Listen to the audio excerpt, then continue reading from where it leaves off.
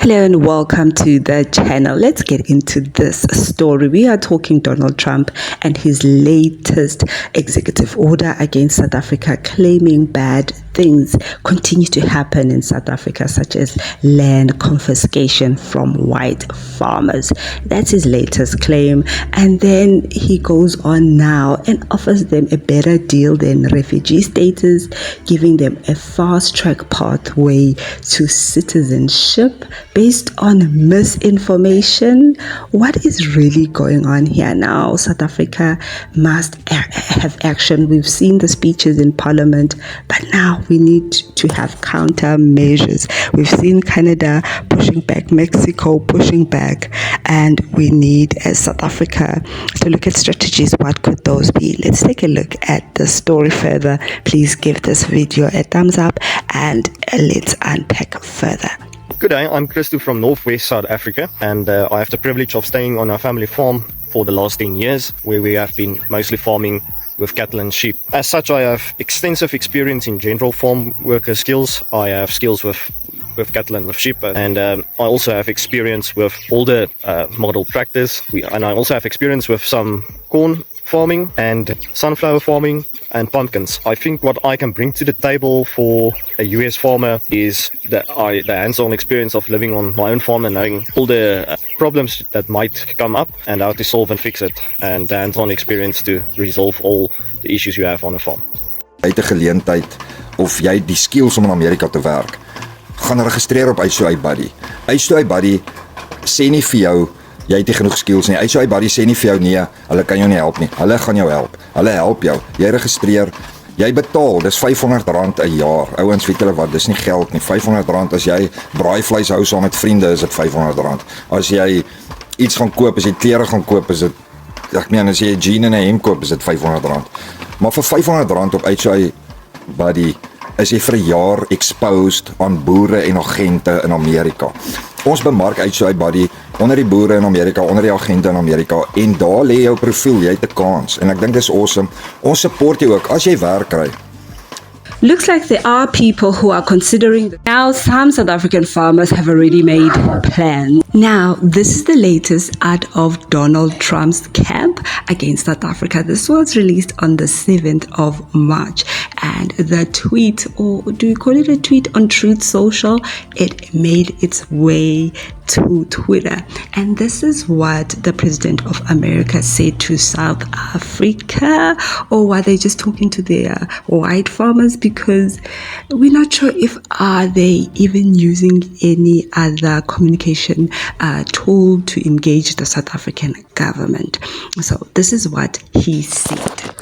South Africa is being terrible, plus to long-time farmers in the country. They are confiscating their land and farms, and much worse than that. A bad place to be right now, and we are stopping all federal funding. To go a step further, any farmer with family in brackets from South Africa seeking to flee the country for the reasons of safety will be invited to the United States of America with a rapid pathway to citizenship.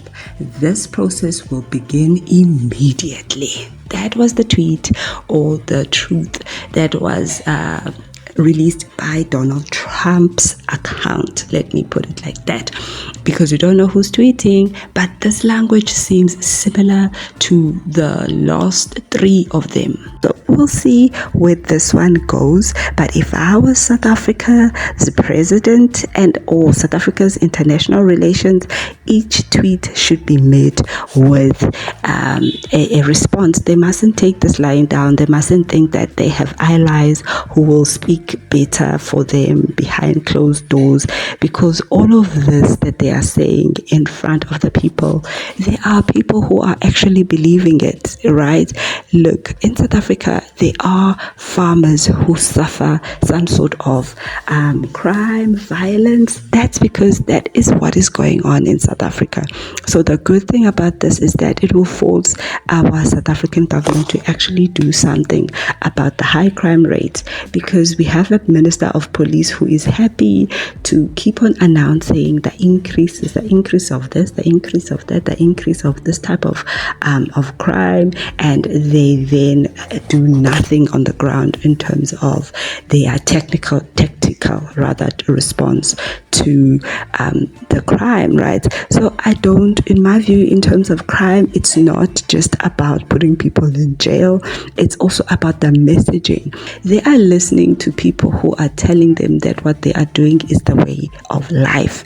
So the government not only needs to put up more police, but also messaging around crime does not pay, crime is not good, rather seek alternative means to make money. And once we get those things right, it's a gradual change that we will see, but just putting out police officers alone will not help, right? So we do need more manpower. We also do need intelligence, right, as to how to curb it with a targeted effect, guys. Which one will South Africa do? Koningi. But the first thing that the president needs to do is have a chat with our international relations officer, that is Ronald Lamola. Can he be a deputy or something? Can we get a firecracker of an international relations, please? Even if he is not a one right now, because what is Lamola doing? He is not being effective at all, and this is the year of crisis, because if we can survive this year, we can survive the next year. But all of this is building a agenda about South Africa, which we are not. If we were anti-white in South Africa, all this would be fine and we would wear it with a badge on our shoulder. But that is not who we were socialized to be as South Africans. We are socialized to be tolerant of each other's racial divides, but also even of our different cultural divides. We were socialized to accept a person for who they are, and we have done that. Even though it wasn't easy, we have done that. Let me know what your sentiments are down below. Please give this video a thumbs up, and I will see you on the next video.